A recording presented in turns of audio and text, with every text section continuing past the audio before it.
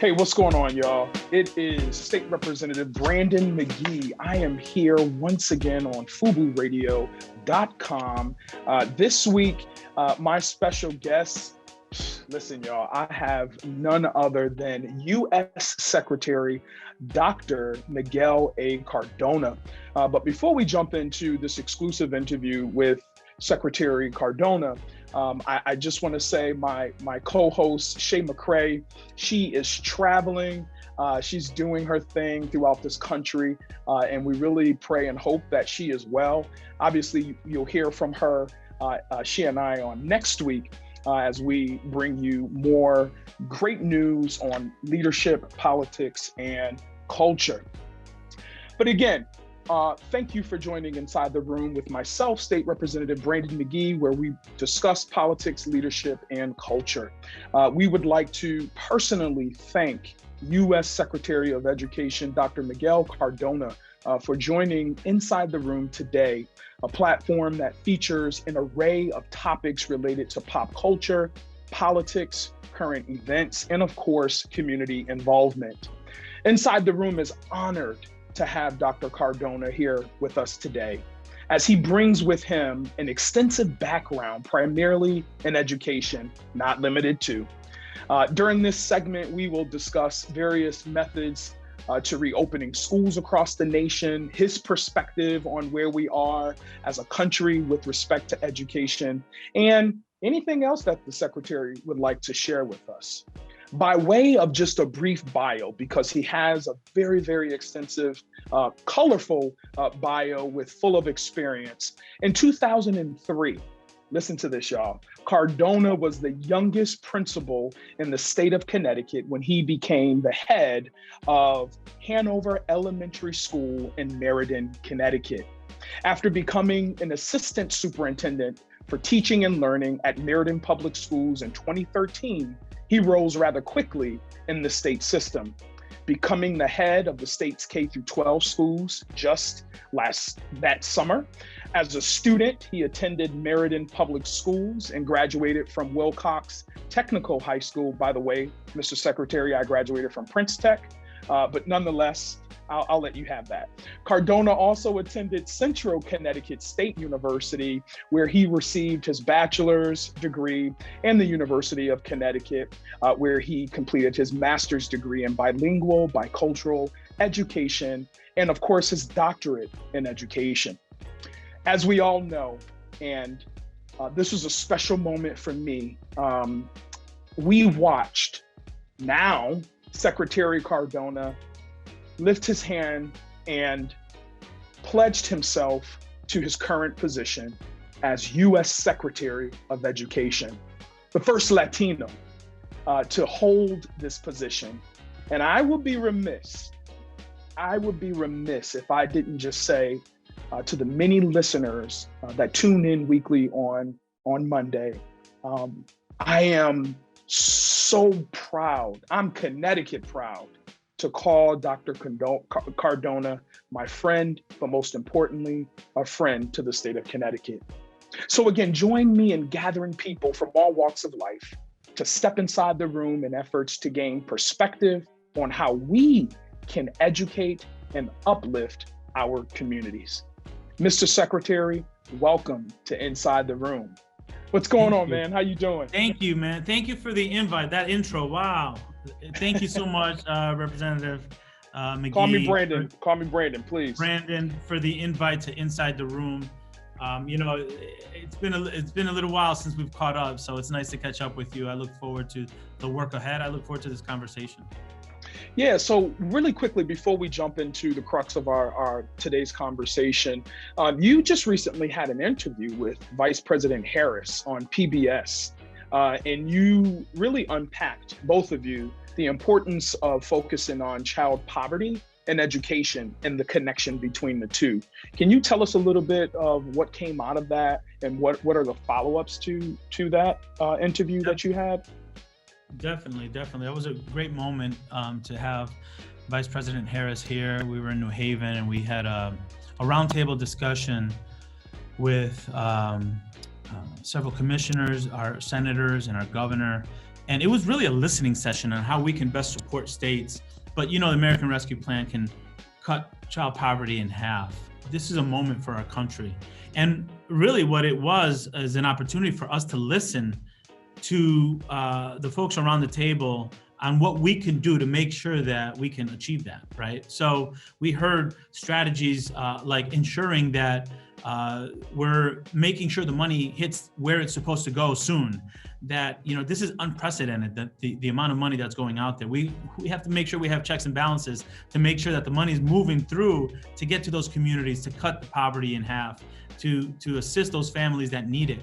We heard from them that and we know this, but it was nice to hear it reinforced.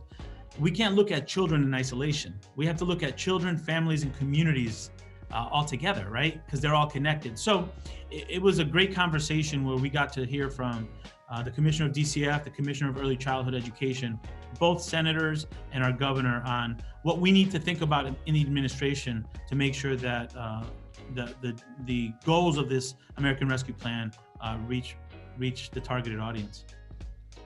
Awesome. Well, speaking of reopening of our schools and the CARES funds that was recently signed, we refer to it as the American Rescue Plan.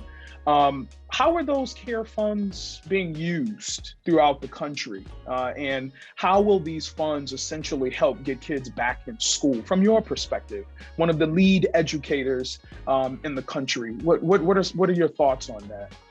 Well, Brandon, as immediate past chairman of the Black and Puerto Rican Caucus, and all the work you've done and your colleagues have done, let's go back to before March 2020.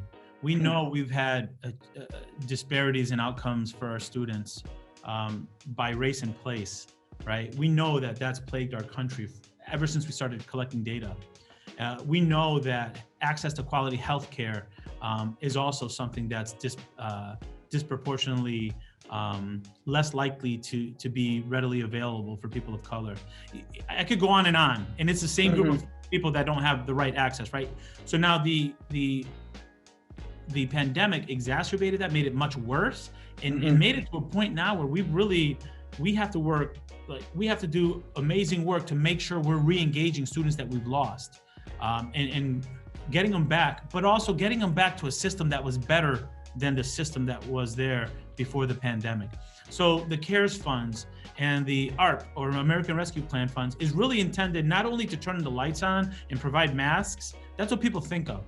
But this is really about making sure we're redesigning our schools to meet our students when they come back with that trauma, with that lack of social emotional experience for the last year, not to mention whatever academic topics they missed. So we really need to rethink how we're bringing our students back, ensuring we have enough teachers. Ultimately, what we should be seeing, smaller class sizes, more school counselors, more school social workers, better activities. Every student in Connecticut should have an opportunity to do something over the summer that they might have never done before.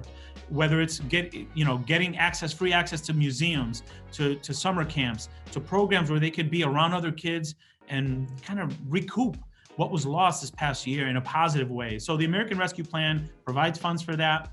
And the goal is to really make sure that we're not walking into schools that are designed like they were before the pandemic. We need to aim higher. We need to aim higher. I've always, and even now, as you know, we're in the 2021 legislative session, and I serve on the Education Committee and Housing Committee and Appropriations, thankfully. And we're talking about just that. The amount of money that states, school districts are receiving is absolutely amazing. I've never seen it during my lifetime, especially in politics.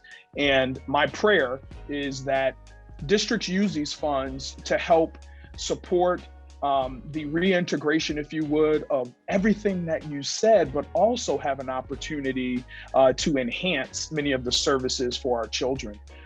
So that's extremely exciting. You've mentioned my immediate previous position as chair of the Black and Puerto Rican Caucus here. And, one of the things that we've done, we fight for all children, but we fight especially for children of color, Black and brown, indigenous children that we represent. How does your plan as the Secretary of Education get kids back in school, right, but focus specifically on communities of color who have been disproportionately impacted by a lot? And I'll just leave it at that.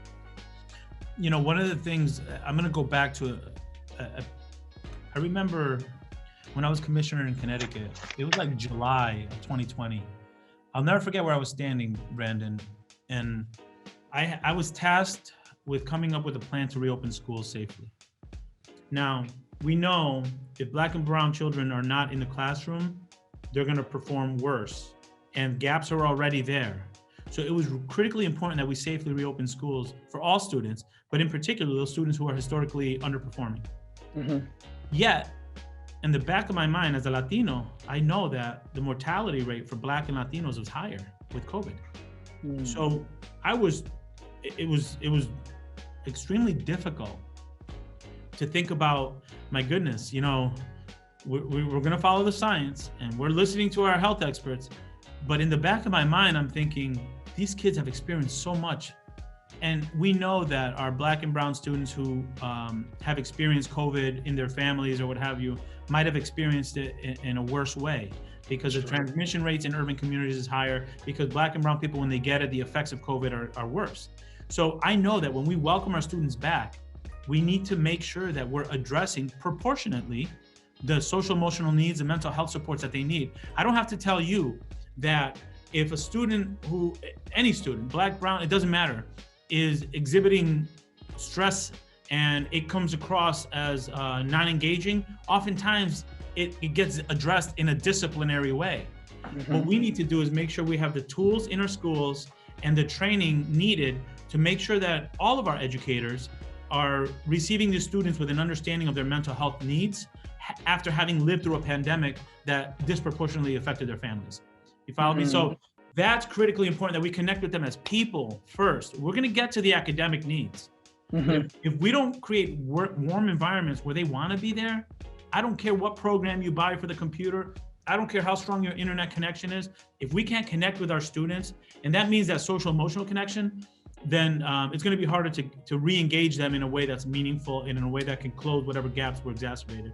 So to answer your question succinctly, it's really making sure that our schools are prepared to meet the students with the experiences that they just had, and making sure that we're engaging families who they're their first teachers, to re-engage them as well. So we have to put our resources and our support to reach those families, the Black and brown families who maybe were already somewhat disconnected from the schools or didn't feel welcomed enough. We need to double down on our efforts to make sure that they're a part of the conversation. Wow. Well, you know what, if you're just tuning in, we are being blessed by here inside the room with all of our folks who tune in every single Monday on FUBU Radio. We are listening to Dr. Miguel Cardona, our U.S. Secretary of Education. He's taken time out to just check in with the folks. He is actually on the road, and he is probably in one of the classrooms of a school somewhere in the U.S., but we're so excited that he took a moment to chill with us. So keep it locked, FUBU Radio, and we'll be back, all right? Got to pay some bills. What's going on, y'all? We are back, and we're so grateful once again.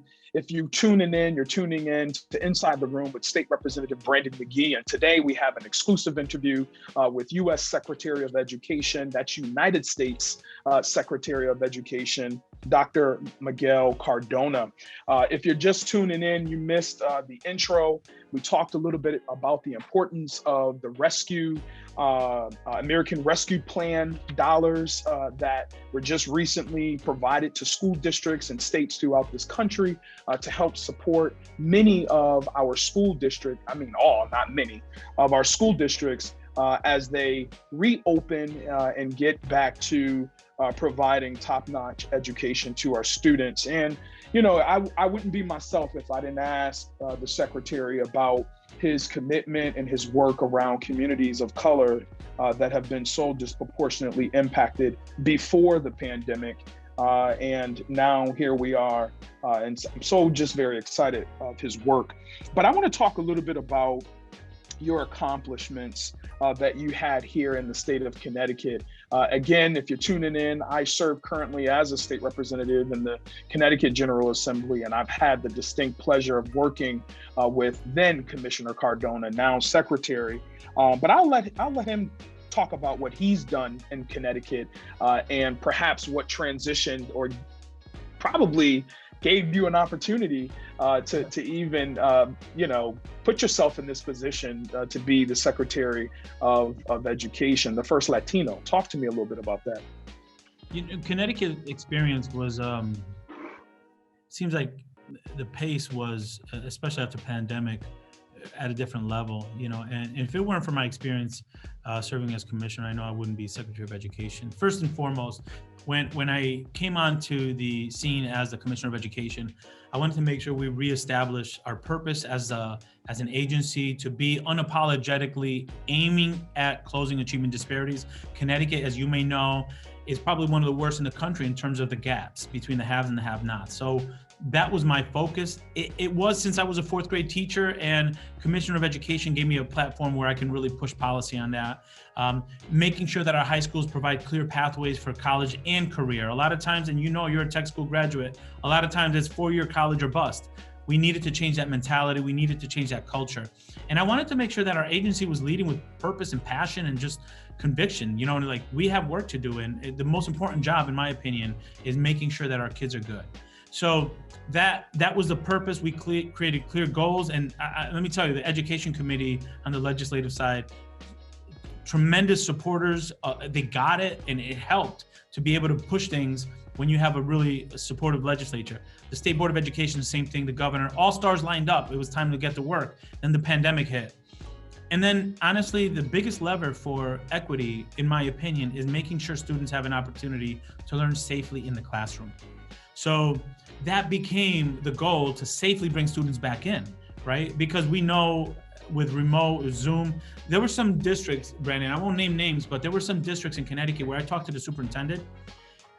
It was like the Monday after the pandemic shut schools down. Everybody was on, everybody had an internet access, good computer, good content. I talked to another district, a very poor district, and it took 4 weeks before they even got in touch with their students. So for me, getting students safely back in school was the best way I can address inequities that were getting worse. Wow. So that experience, it was hard work, man. It was hard work. And I can only imagine. It's still not done. It's still not done. But that's the passion that I'm bringing now at the national level, to address those inequities, to safely reopen schools, and make sure that we're working together to kind of reimagine what education can be. Well, so speaking of some of the challenges of virtual learning and also just in person, I know that there were many school districts, like you said, that hadn't even reached out to students or families, let alone, logging students on and having laptops. And I appreciate your work around that, making sure every single student in the state of Connecticut had access to the technology to log into classrooms. But I think of our educators and the challenges that they're faced with. Can you speak from your experience? Obviously, you were in the classroom, you were in administrative positions, superintendent, commissioner, now secretary. What are some of the challenges our educators are faced with now? And how is your office handling, coordinating and supporting with that passion school districts across the country? Educators have always been asked to do more with less. So, when I started teaching, I was a fourth grade teacher. When my kids were having a bad day or there were issues at home, I had to work with them, support them. When they were hungry, I had to feed them. When they had issues where they didn't have funds for field trips or stuff like that, we made sure we took care of it. Teachers are being asked to do more and more every day. So how do we support teachers? Number one, honor and respect the fact what they're doing. We got to pay them adequately. We have to make sure that we're providing professional learning opportunities for them, and instead of just expecting. For example, that social emotional need that our students have when they come into the classroom, it's going to be so much greater. How much are we investing of this ARP in providing them the support that they're going to need? How are we providing the social emotional support for teachers who are dealing with students who are dealing with so much trauma? How are we taking care of our teachers? We can't take care of our kids if we're not taking care of our teachers. So it's really also about giving them a seat at the table. Sometimes things become contentious because there's a feeling of, listen, I was never consulted. And it could be that we may not agree at the end of the day, but who better than the teacher who is working with these kids or the school social worker to tell us what they're seeing at the ground level, so that when we make policy or we move money around, we move it to the right spots. So I think just making sure that they have a seat at the table, showing respect, and working in partnership with them. That's what got it done in Connecticut. And that's what's going to get it done across the country. Well, I know you got to get out of here, but I have a 2-for-1 for you. And then whatever famous quote that you want to come up with, whether it's a Cardona special or one of your educators. But I want to move quickly to higher education. And I know the department made an announcement on higher ed. Can you provide us with just a quick macro level update on what that update is all about? Sure. We made a couple of announcements the last couple of weeks. Today we made one, last week we made one. We're really targeting relief for federal loan borrowers. There are many borrowers that we're taking advantage of. So do you mean, Secretary, that folks who have loans, i.e. myself, we can get those forgiven? What are you saying? Break it, just layman's term. So two of the announcements, and we're continuously working on this, and there's probably going to be more information on this to come. But last week, borrowers that were taken advantage of or were subject to behaviors by institutions where they were taken advantage of, right? Last week, there were 72,000 borrowers that fall into that category, with over $1 billion worth of loan that were wiped clean. Okay. Today, we provided relief for borrowers who are totally and permanently disabled. So those borrowers who are totally and permanently disabled, 200,000 borrowers to be exact, were wiped clean. That's over $1 billion. Wow, that's good stuff. So we're targeting it toward those who were affected the most and who were taken advantage of. But we're not done. We're really looking at how we can support borrowers moving forward. And I also want to mention, we know that our HBCUs, who serve such an important role in our country. I learned recently that half the Black dentists in the country, half of the Black dentists across the country come from HBCUs. And by the way, to the listeners, those of you better know those acronyms, but HBCU, historically Black college and universities. By the way, I attended the Alabama State University there in Montgomery, Alabama. So what's the Biden-Harris under your leadership on the education side, higher education side? What's the commitment of the administration on making sure HBCUs remain critical to giving access to communities of color when you begin talking about higher ed? We are committed to making major investments and major partnerships with HBCUs, our tribal colleges too, and like Hispanic serving institutions, MSIs, other minority institutions. There's so many whose work it is at the national level to ensure that we're closing those gaps, right? So we're committed to supporting them, to providing funding and making sure that our partnership with them is tight. I want to make sure that my department has staff, adequately staffed, to make sure we're serving as a liaison with them to see what their needs are. I want them to be successful. We need them to be successful as a country. So we're committed to that with funding, but also with policy and support for those universities that serve our students so greatly. So that's a commitment you're going to hear from me today, but you're going to see in action as we move forward.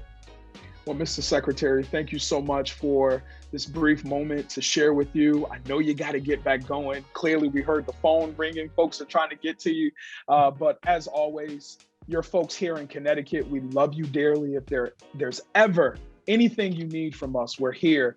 But you continue to represent all of our children's, our family, our teachers throughout this country. You keep up the great work, Mr. Secretary. Again, thank you, Brandon. Y'all stay locked in. FUBU Radio. Peace.